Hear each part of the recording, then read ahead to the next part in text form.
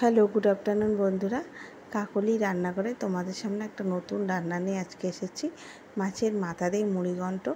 অসাধারণ স্বাদের এই রেসিপিটি দেখতে হলে কিন্তু তোমাদেরকে আমার সাথে থাকতে হবে। তো এখানে আমি তার জন্য রুই মাছের মাথা নিয়েছি, ভালো করে পরিষ্কার করে নিয়েছি মাথাটা ধুয়ে। তারপরে এর মধ্যে নুন আর হলুদ মাখিয়ে ভালোভাবে সেটাকে মাছের মাথার সাথে নুন হলুদটাকে মিশিয়ে নিয়েছি। নিয়ে তারপরে কড়াইয়ের মধ্যে তেল দিয়েছি, তেল দিয়ে সর্ষের তেল এখানে আমি ব্যবহার করেছি। দিয়ে সমস্ত মাছের মাথাগুলো আমি ছেড়ে দিয়ে এপাশ ওপাশ করে পাল্টে আমি ভালো মতো ভেজে নেব। আমি একটু মাছের মাথাগুলো এখানে কড়া করেই ভেজে নিই মুড়িঘণ্ট করার সময়। হ্যাঁ, আমার সমস্ত মাছের মাথাটা ভাজা হয়ে গেছে। তারপরে আমি ওই তেলের মধ্যে এখানে একটা আলুকে কেটে ধুয়ে রেখেছিলাম, ছোটো ছোটো করে তরকারির মতো পিস করেছিলাম, সেই নিয়ে ওটাকে আমি ভেজে নিচ্ছি। এদিকে এক মুঠ গোবিন্দভোগ চালকে আমি ভালো করে ধুয়ে রেখেছি, একটা বড় সাইজের পেঁয়াজকে কেটে রেখেছি, আর 8 কোয়া রসুনকে আমি ছোটো করে কেটে রেখেছি। এবার আমি ওই তেলের মধ্যেই গোবিন্দভোগ চালটা যে আমি ধুয়ে রেখেছিলাম সেটাও ভালো মতো একটু ভেজে নেব।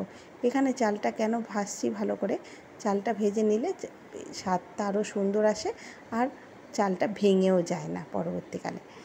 তারপরে আমি এখানে ওই আরেকটু তেল দিচ্ছি কড়াইয়ে, তেলের মধ্যে যে কেটে রাখা রসুনের কোয়াগুলো ছিল সেগুলো দিয়ে দিচ্ছি।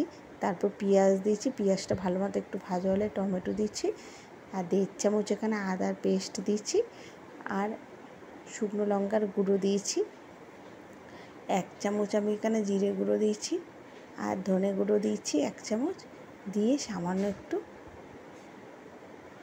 জল দিয়েছি, দিয়ে নুন দিয়েছি, হলুদ দিয়েছি, দিয়ে মশলাটা আবার ভালো মতো কষিয়ে নেব। কিছুক্ষণ কষানো হলে দেখো সাইড থেকে যখনই তেল বেরিয়ে এসেছে তখন আমি এখানে ভেজে রাখা আলুটাও দিয়ে দিচ্ছি। নিয়ে আলুটা দিয়ে কিছুক্ষণ এই 1 মিনিট 2 মিনিট ভেজে আমি এখানে চিনি দিয়েছি। অবশ্যই চিনিটা দেবে, একটু মিষ্টি মিষ্টি হলে ভালো লাগে।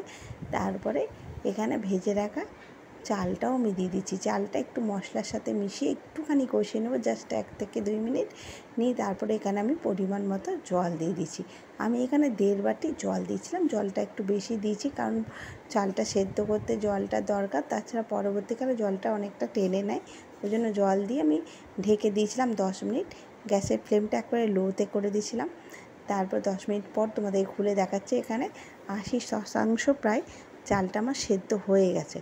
তারপর তার মধ্যে আমি গরম মশলা গুঁড়ো দিয়েছি, আমি আর ঢাকা দিইনি, কিছুক্ষণ আরও চালটাকে এরকম খোলায় আমি ফুটিয়েছি। তারপরে ভেজে রাখা মাছের মুড়োগুলো দিয়ে আর একটু ভালো করে মিশিয়ে এই 2-3 মিনিট আমি আবার ফুটিয়ে নিয়ে তারপরে সেটাকে তার মধ্যে 3টে কাঁচা লঙ্কা দিয়েছি। অসাধারণ খেতে হয়েছিল, বিশ্বাস করো। একবার তোমরা এইভাবে করে দেখো, আর তোমরাও কেমনভাবে করো অবশ্যই আমার সাথে শেয়ার করো। তো তোমাদের কেমন লাগলো অবশ্যই জানিও। টাটা।